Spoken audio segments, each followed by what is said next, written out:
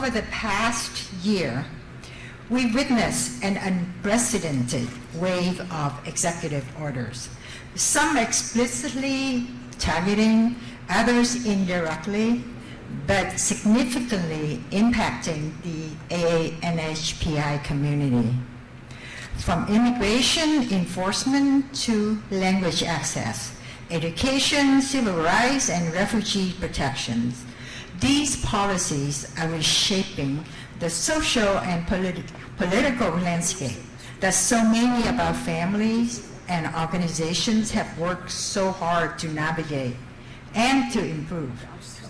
This conversation isn't about just policy, it's about people, our elders, our students, our small business owners, our refugees and recent immigrants, our Native Hawaiian and Pacific Islander families.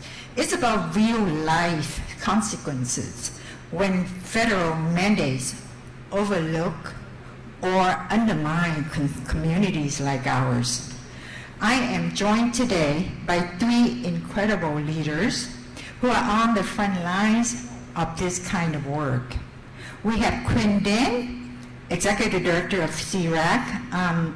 Their bio is on page 16 and 17 in case you would like to look further. But Quyen is the leading voice for Southeast Asian American on key civil rights issues, including education, immigration, criminal justice, health, and aging. And then we have Thu Nguyen. You just heard from her too. She is, her bio is on page 18, and she oversees the storytelling, relationships, and operations for OCA. She's a Vietnamese refugee, and she is very passionate about creating spaces that bring people together through food and art. And then we have Lucy Hansen. She is the founder of the nonprofit organization, the PAOA, that she just had the opportunity to present with you. Their mission is to empower and educate individuals and family, promoting pride and acceptance of our cultures and instill the best values they represent. So with these three amazing leaders together, we'll unpack several of the most impactful executive orders, what they do, how they're affecting our diverse AANHPI communities, and how our organizations are responding. With the word that I heard from the earlier panel, resilience, strategy, and care. So we'll look ahead how we continue to build power, protect our community, and force solidarity across racial and ethnic lines, even when federal protections are weakened or rolled back. So let's get started with the opening statement from each of our panelists. Let's start with Thu from the other side here, the National ED of OCA. Sure, so I think the statement we were supposed to address is how have all of the executive orders coming out from this administration impacted our organization and our community? And for OCA, again, we serve about 200,000 AANHPIs across the country, and our staff here in DC of 8. I mean, we're seeing fear, hopelessness, and confusion across the board, across all ages, ethnicities. Our funding is under attack. Nonprofits are under attack by this administration. Our policy work is overloaded, and I'm down a policy person. And because of my funding situation, I don't know if I can rehire one, so I'm taking that on as well. And we're having tough conversations in our communities, right, in between our communities, in between the generations. But what's great about it all, like the silver lining, is that OCA's work, since we were founded in 1973, our work remains unchanged, regardless of who is in the White House. Some people often say, oh, OCA seems to be more left, or OCA seems to be more moderate. But no, we were founded to advance the social, political, and holistic well-being of the AANHPI community. That means like immigrants, That means, you know, working against racial profiling and discrimination. And those values remain unchanged. It's the society around us that has made OCA seem to have shifted, but in fact, the society around us has shifted, and it has made OCA seem, you know, more this or more that. In regards to the EOs, OCA is in 3 lawsuits right now. We've sued the Trump administration thanks to our counsel at Asian Americans Advancing Justice and the Washington Lawyers Committee on birthright citizenship, so we are the sole plaintiff there. With the Japanese American Citizens League, the Sierra Club, and thanks to counsel at the Campaign Legal Center, we've sued DOGE for their cuts to the Department of Education, including Pell Grants and other federal funded programs.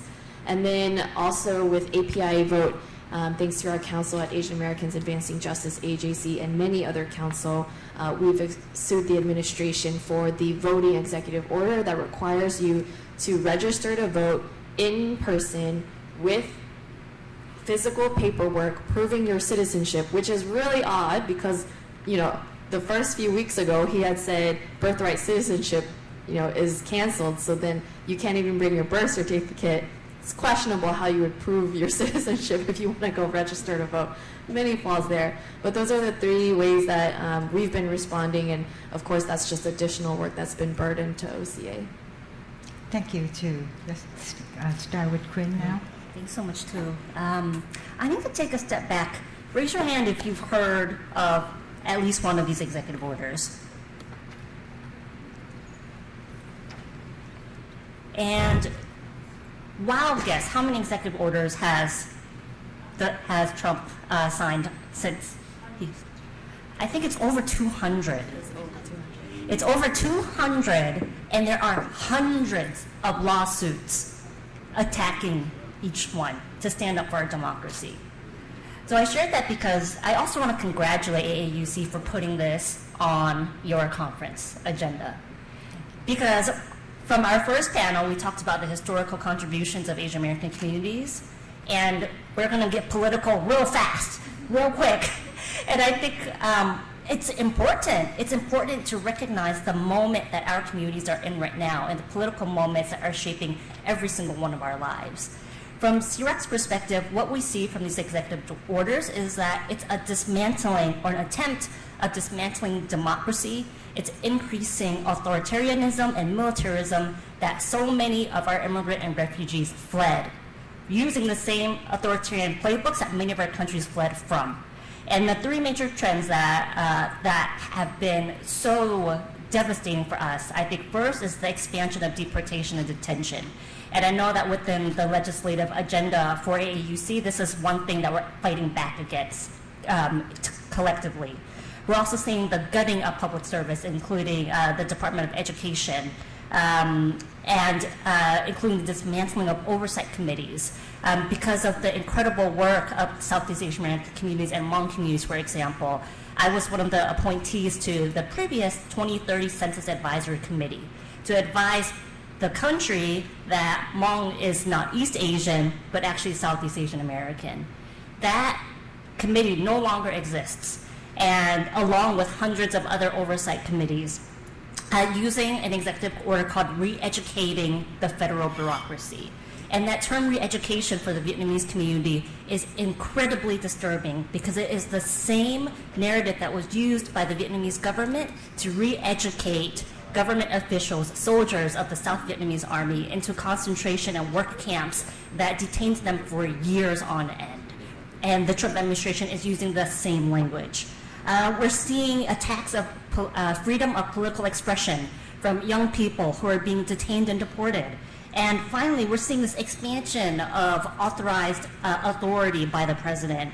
And because we are American, because we believe in attorneys and the right of and law, that there are hundreds of lawsuits fighting back to say that no, you do not have the right to do this. And for our communities, I think at the end of the day, we have to recognize the power that we have as a community to know what they do and what they don't do. And hopefully from this conversation, we'll be able to give a little bit of insights into that. Thank you, Quyen. Lucy?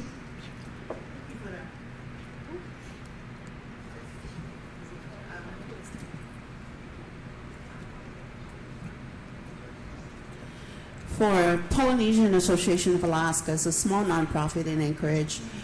We see all these problems in our community. And the three highest one that the first one that I see so far, or we see so far in Anchorage, is the voting rights, or the rights of your voice. We have a case that is pending now with the federal court of 10 families that were illegally, assumingly that they said they were voting or fraudulent votes. Because of the state of Alaska, and because of the requirement of the voting in Alaska, is where the whole confusion is coming in apart. Another part that we see in our community is the police brutality. We see a lot of our community also face this. The community are very scared. They're very low. They don't want to come out in a lot of our events. They don't want to be associated with a lot of community in the city of Anchorage or the state of Alaska. Some of them, they stay behind in families, indoors, because they don't want to be a part of what's going on. So the EO, requirements that we have to go through, coming from a small island, just to find your freedom in America is no longer a freedom. It's not a freedom. It's like we free from somewhere that we need to get educated from, and instead we don't receive that here. It's what we see. It's like we're in prison more than how we were back home. So we have that voice that we cannot speak because we were told that we don't have that right.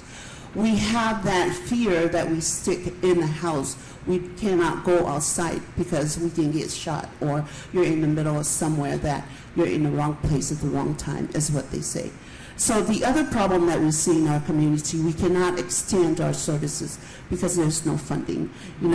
This whole year, we have to fundraise in our own low-income families to be able to share our culture, our experience, or teach our language, and so forth, because of that. So those are things that we see in our community in Alaska. Thank you all for your powerful, open statements. And we have heard, and we know, there isn't just one executive order that are affecting our communities right now, but several of them. And, it's creating a wave of challenges that touch everything from immigration, education, civil rights, language access, and many more.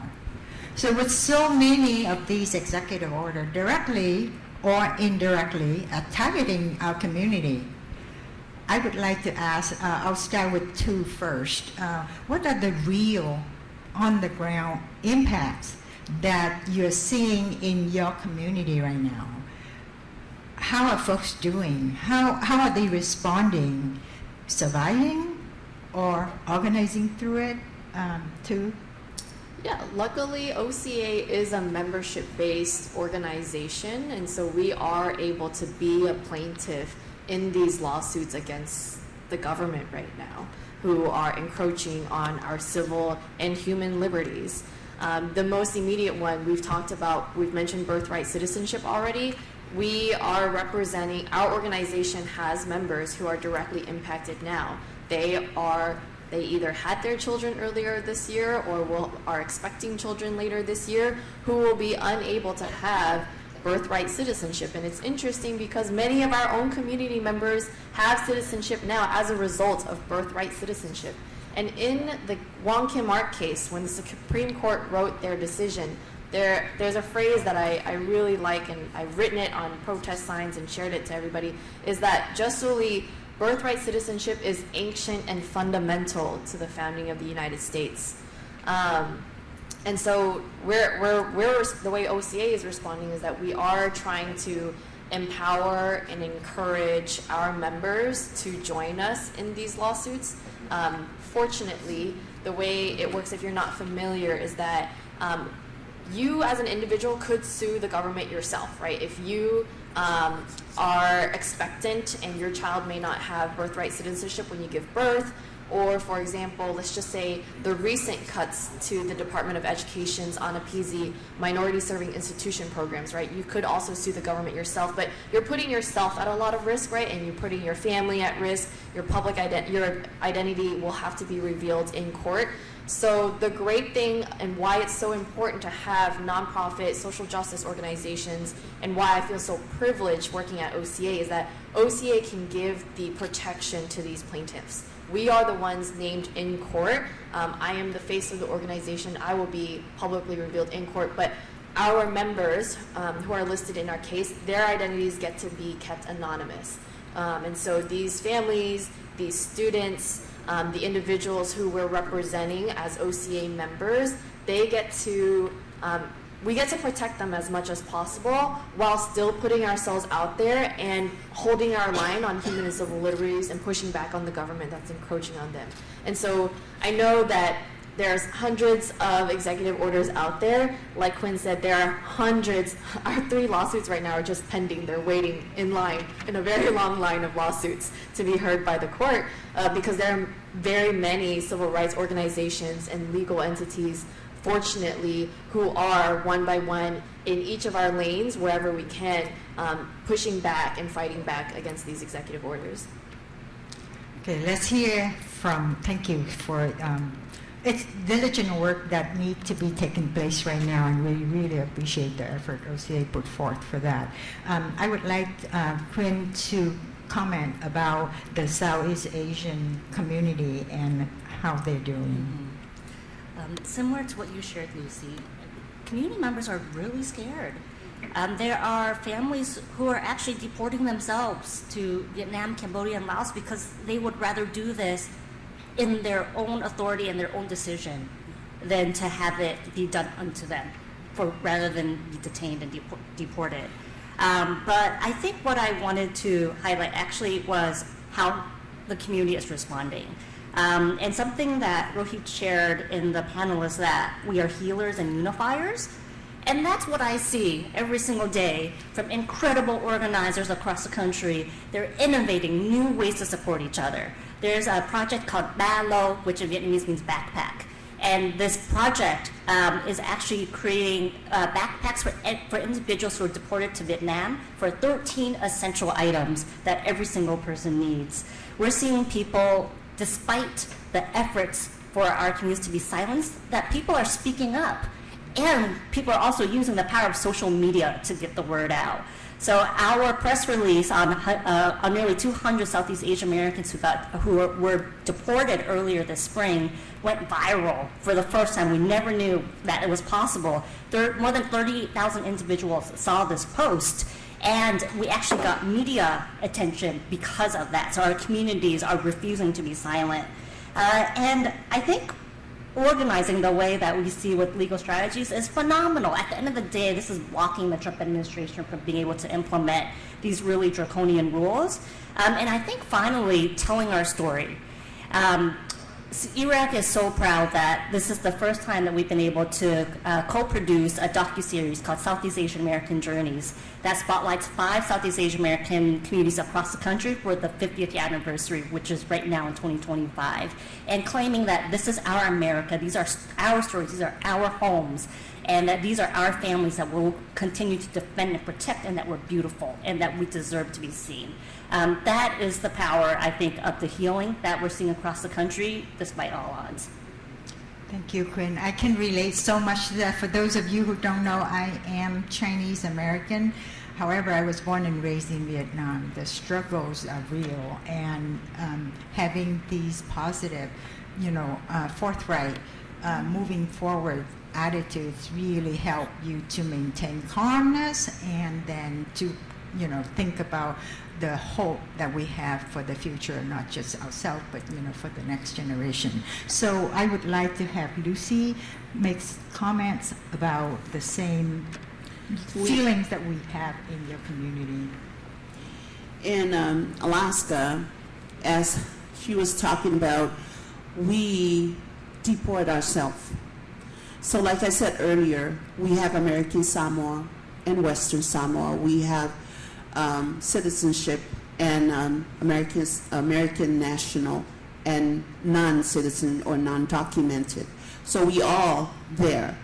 So we deported our own self back home, where it's easier for them and quietly for them to go without them come and take them home, which it will be on media, it will be taken away from their family, and they will never see their family for 10 years. So we have families that we encourage them about the situation happened in 2023, where 10 of our American Samoa families were detained by troopers, and then say that it was voting rights. We don't have, like I said, we don't have the voice. We cannot stand on our own. We're not that strong, but the only way that we could help our people is to deport them ourselves back home and get their documents legally and then come back. A lot of them, they stay over expired document because they came from medical at the time of COVID. They could not get their paperwork back on time, so their paperwork got stuck in somewhere, wherever the immigration or whatever happened to their paperwork. So they got stuck there and their document are expired. They do not want to come out. They were afraid to come out and let people know, oh, I need to see an attorney. First, they don't have the money. Second, they don't want the attorney to know that their document is expired because they don't trust anybody. How would you know if that attorney will deport them to the immigration? So what they do, they stay behind, and what the nonprofit does is to fund the one way back home, so they can go back home to family that are back home and get their document and then come back to their family that live in Alaska, because some of them already have kids, grandkids, that are in Alaska. How could they will be taking them away and never come back after 10 years if they come and take them? So that's one thing that we did, that we're doing. And then another thing we do for those that are legally have document in Alaska, we train them and we get them to become citizen, apply for your citizen legal documents so they can be able to assist those others that their document are not expired yet. So those are the things that we do so far when it comes to voting rights and the rights for immigration. For the health issues and all the other stuff that comes along, our elders or our people with disability, they look into the community itself. They cannot go to the hospital. They cannot look for professors because they don't have funding to go and do that. They don't have the state, document or health records or medical card to go get their treatment. So we're going through a lot with this administration so far. Thank you, Lucy. I would like to spend a minute on one of the executive order about dismantle of the education department. In summary, executive actions and agency reorganizations, they really aim at dramatically reducing or dismantle the whole federal Department of Education role. So, or, actually freezing education workforce policy authorities, shifting responsibilities and localities, and removing federal equity requirements and program. So this whole thing was, referenced, I think, earlier as the day one priority. So I would like to direct this question at Quyen. If federal education leadership is reduced, what role should, state or district and community organization like ours need to play to preserve the civil rights protection and language access and similar things? Could you provide a comment on that? Yeah, that's a good question. I think something that is important to remember is that the executive orders do not negate current law. So students have the right to language access, and that does not go away with these executive orders. But it does mean that the resourcing to support our young people does. And I think what we're seeing at the local and state level is that there are states who are standing up to expand funding for education, and not actually just education, but with the reconciliation bill that passed just maybe about a month ago, that states and local municipalities have to fight back against cuts to Medicaid, have to fight back against cuts to SSI, and that now more than ever, the power to defend and protect our communities relies really on local and state advocacy to cut these gaps. And the demand on local organizations is more than it ever has been, and it will continue to grow. We're only in September. It's September, right? September. Still. It hasn't even been a full 12 months yet. And so I think that is one of the other strategies of this administration, and we knew that under a second administration, the cruelty would be faster and it would be more nuanced because they already learned from their first term, and that's what we're seeing.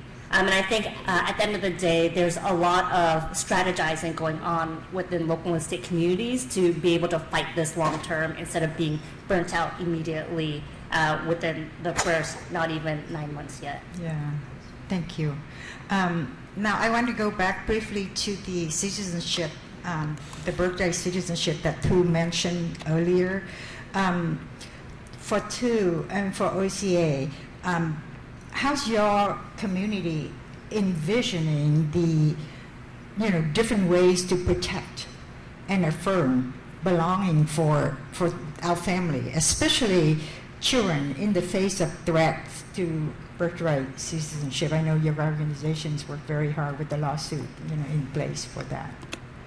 I mean, I think the tangible action item is in the lawsuits, and at this point in time to file in as many states as possible. And then luckily there was a federal court decision that allowed class action lawsuits to be acknowledged as well, and so we were lucky to be able to help a family out in Tennessee, which is not where we have OCA presence at the moment.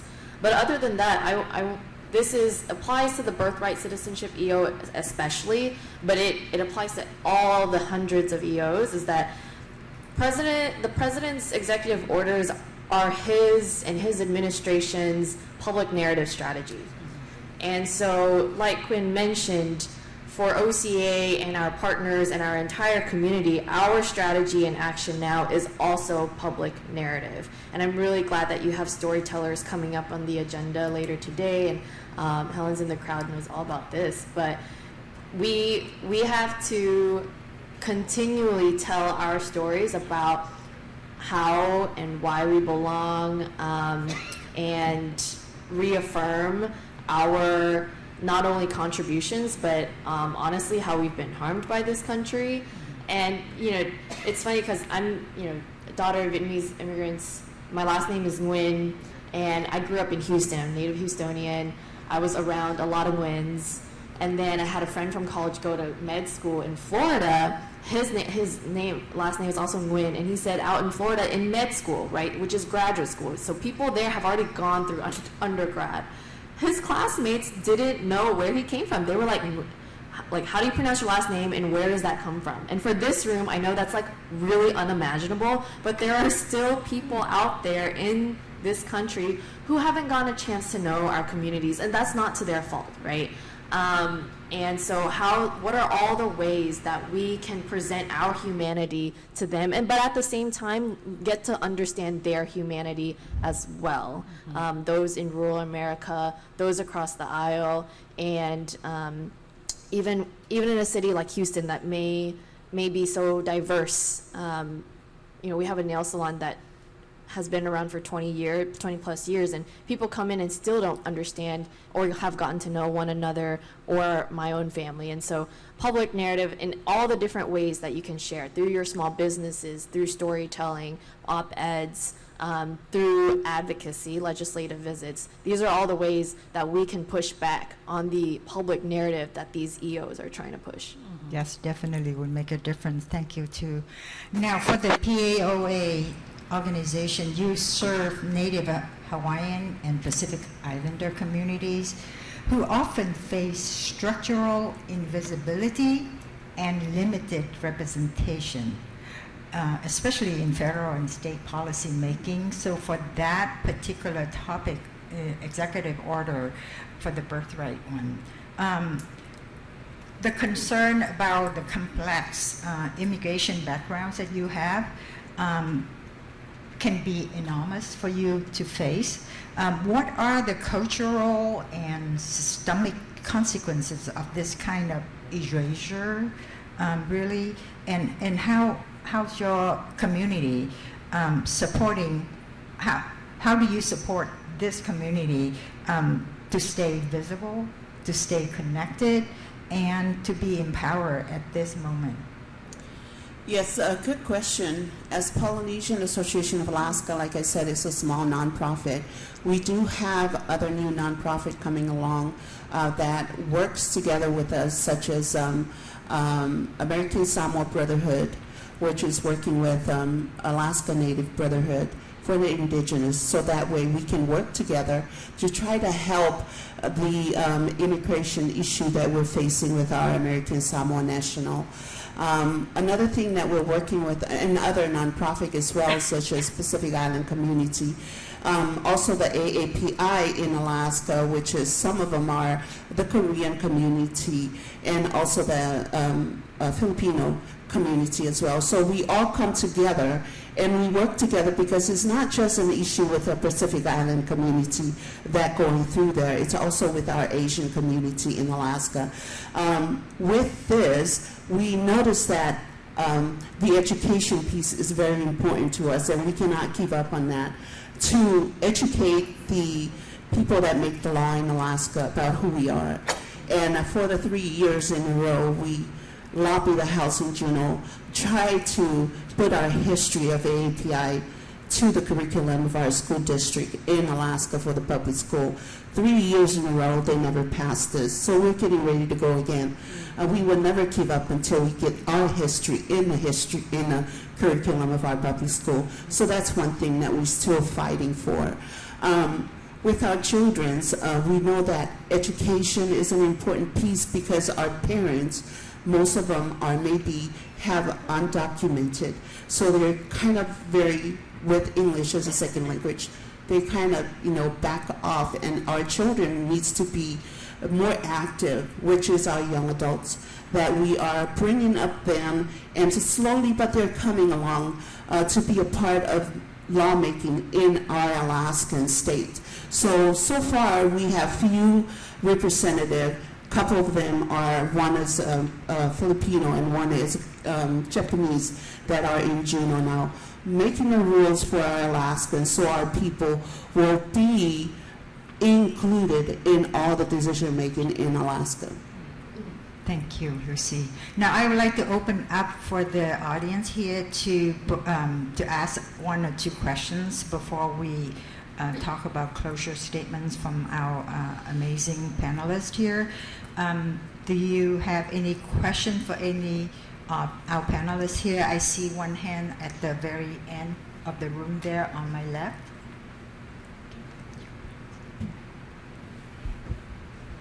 Hi all. Basically, I don't have questions, but I just want to commend the panelists, especially this issue right now is very important. By the way, my name is John Polabenohar. I'm a first generation college graduate. I'm originally from the Philippines, and I always advocate education, because I always believe that education, according to the late former African President Nelson Mandela, education is a powerful weapon to change the world. And right now, my advocacy is on education, because the current administration, as you guys mentioned, has been cutting, the funding, especially to those first generation college students. And then right now, matter of fact, like the current administration is holding lots of funding, which is we call a TRIO program, that helping those low-income college students. So I commend you guys for such a good work. Thank you. Thank you very much for your kind statement. And I think there's a question over here. and then Chico first, and then there's one last question from our youth over there. Oh, and then another one. Okay, we're gonna, yeah. Thank you. Okay, and then after that, it would be, yeah. My name is Soraya Dean. You mentioned there was a level of resistance for the introduction of curriculum. What kind of resistance and from whom is it? Are you, me? Yes. Are you asking me? Yes. So the resistance that we see is we try to take our history, our Asian and Pacific Island history to be in the curriculum for the public school of Alaska. And so that way they can teach our history, because right now we don't have that. And when you go into the school and ask our AAPI students, do you know where you're from? They don't know where is Filipino, or who, where is Samoa, where they don't know, because they were born in America and they were not told where their ancestors are from. It's not even in a book, in a school book. So the public school needs to be taught where we're from. We're so diverse in Alaska, and so all the students in our public school should know where they're from. And that's what we mean by curriculum. But the resistance, like people who resisted the passage. The people who resist this is the people that make the law in Alaska, the representative. So we go there, we lobby the House in Juneau, all the representatives from different cities of Alaska. Some of them agree, some of them they don't. It goes through the House, it goes through step by step until to the end part they wouldn't pass. They either put it at the last part of their list of items, then they won't get to it until the following time. And then that following time they cancel the meeting and so forth, so continue on to the next year. So that's what I mean. They always have an excuse for not putting it on the top of their list to pass. So then we go again and lobby. Thank you for the question. Thank you for the answer. And here is, and the last, and one last question there, and then we go into. Good afternoon. My name is Panieta with 95 National Association of Working Women. First off, I just wanted to say thank you so much for mentioning our Hmong community. A lot of times I'm the only Hmong in the room, and so I get really excited when I hear about my Hmong community, so thank you for that. My question for you guys today is, I'm a Hmong refugee immigrant coming into this United States. So as someone whose family has found safety here after war, I see firsthand the fear, the powerlessness, and the hopelessness brought upon our communities through these executive orders. So I really want to hear from you guys that how can we build and assert power and solidarity to make sure that these executive orders don't undo the years and just what the progress that we've built so far and we fought so hard to build. Thank you. Who would like to answer that?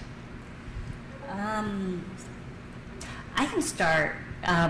For the Southeast Asian American community, a couple opportunities to make sure our voices are heard are coming out. One is that we're hoping to reintroduce the Southeast Asian Deportation Relief Act, which would actually decrease substantially the number of Southeast Asians who are being deported to Vietnam, Cambodia, and Laos, for folks to sign on to support that. I think our docuseries is going to be made available to the public. And those mini episodes, it's just like 12 minutes or shorter each. And as Tu said, I think it creates space and dialogue for belonging. For a North Carolina episode to be taken on the front porch of this North Carolina house, talking about how a young person felt their healing in a church. For us, our hope was that other young people in the Bible South would resonate with these. And we're hoping that creating spaces for community and dialogue is one of the process for our communities to both be seen but also to heal. I just Okay. want to add, sorry, go ahead. Yeah, would you like to add? I want to add to that as well. So the community dialogue is really important to us up there, where we can bring in our representative, our mayor, our assembly members to be a part of our community dialogue. And we're planning to have one of those in October because of the issue that we're going through with our American Samoa. Thank you, too. Oh yeah, my last thing was to just assert that we belong here and we will continue to live here. And so that means continue your celebrations. Like Ben de Guzman said, go out to DC and spend your money. Some of my friends are like, oh, we're too scared to go out because of the National Guard. I'm gonna go out. I'm gonna go out drinking, eating. I'm gonna spend money at local businesses, and my little Asian face is gonna be on the streets, and the National Guard, so be it, because I belong here, right? And continue to storytell, like shout out to Mo Amer, who is a Palestinian American comedian, has a show on Netflix. He's continuing to do his shows. I just went to one here in DC, and he was like, I chose the closest venue to the White House because we have to establish that we belong here. We're going to continue living life here. There you go. Thank you. That's exactly what I'm doing too. So I hope you do. Now, one last question from our audience here. We have a youth over here at the right corner.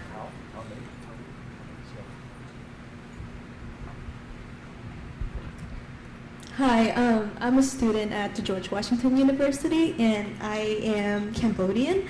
So I just want to ask you about Southeast Asian in general. Right now, there's, not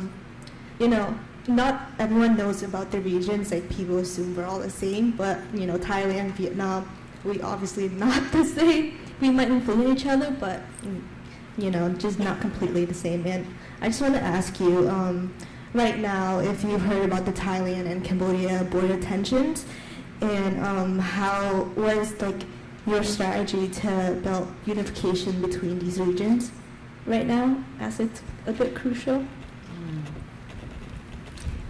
Would Quyen like to address that, or?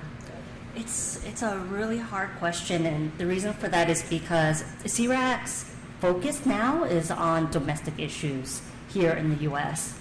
But I think what we have seen across the country is that Cambodian communities are having these conversations on how they should stand in allyship for peace.